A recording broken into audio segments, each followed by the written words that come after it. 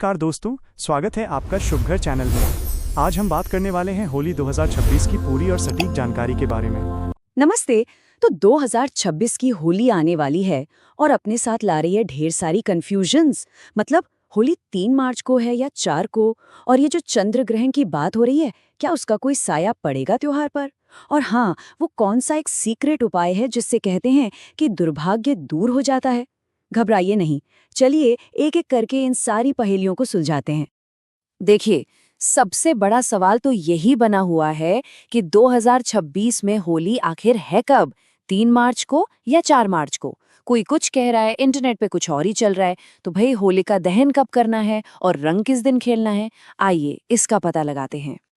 और बात ना सिर्फ तारीखों पर ही नहीं रुकी है, इस कंफ्यूजन को और बढ़ा रहा है एक चंद्रग्रहण।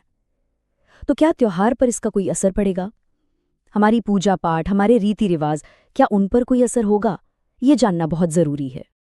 और आखिर में एक बहुत ही मजेदार सवाल, वो कौन सी एक गुप्त चीज है जिसे अगर होलिका की पवित्र आग में डाल दिया जाए तो कहते हैं कि सारी नेगेटिविटी और दुर्भाग्य हमेशा के लिए जलकर खत्म हो सकता है। चलिए इन सभी सवालों के जवाब ढूंढते हैं। तो देखिए, इन सब सवालों के जवाब जानने से पहले एक कदम पीछे चलते हैं। पहले ये समझते हैं कि हम ये त्योहार मनाते ही क्यों हैं। क्योंकि जब किसी चीज का क्यों पता चल जाता है ना, तो उसे करने का तरीका और उसका मजा दोनों ही बढ़ जाते हैं। तो कहानी शुरू होती है एक बहुत ही घमंडी राजा से, जिसका नाम था हिरण्यकश्यप। उसे अपनी शक्तियों पर इतना गुरूर हो गया था कि उसने खुद को ही भगवान घोषित कर दिया और हुक्म सुना दिया कि अब से पूरी प्रजा सिर्फ उसी की पूजा करेगी। लेकिन कहते हैं ना, दिए तले अंधेरा। उसी राजा का बेटा प्रहलाद भगवान विष्णु का बहुत बड़ा भक्त निकला।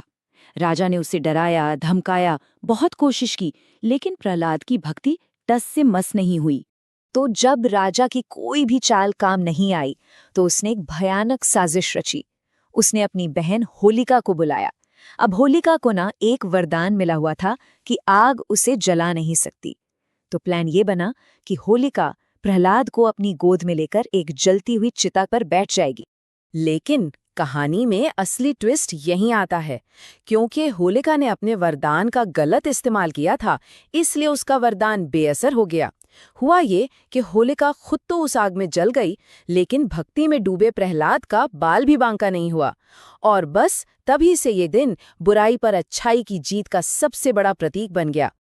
तो ये थी कहानी। अब जब हम ये जानते हैं कि होली क्यों मनाई जाती है, तो चलिए वापस आते हैं अपने उन सवालों पर जिनके जवाब हम सब ढूंढ रहे हैं। सही तारीख क्या है, शुभ मुहूर्त कौन सा है, और उस चंद्र ग्रहण का सच क्या है? तो चलिए सारी कंफ्यूजन को यहीं खत्म करते हैं। पंचांग के अनुसार होलिका दहन 3 मार्च 2026 यानी मंगलवार की रात को होगा, और धुलेंडी मतलब रंगों वाली होली ठीक उसके अगले दिन 4 मार्च 2026 बुधवार को खेली जाएगी। तो तारीखें अब एकदम साफ हैं।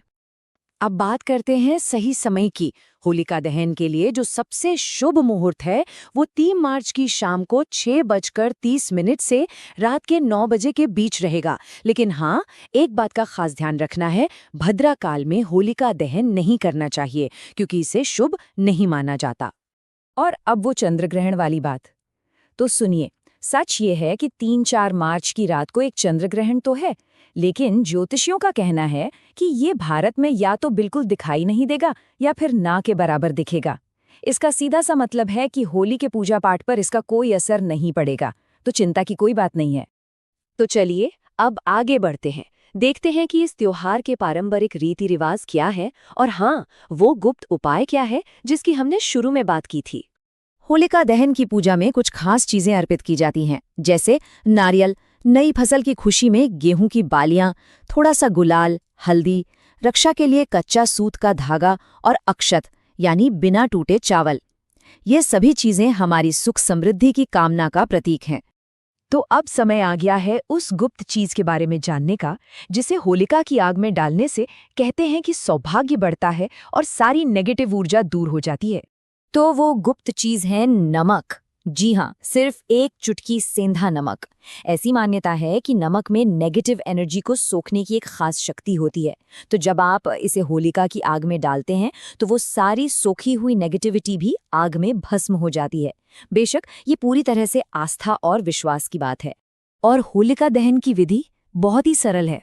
सबसे पहले होलिका की 3 या 7 बार परिक्रमा करते हुए उस पर कच्चा धागा लपेटें। फिर जल, चावल और पूजा की बाकी चीजें चढ़ाएं।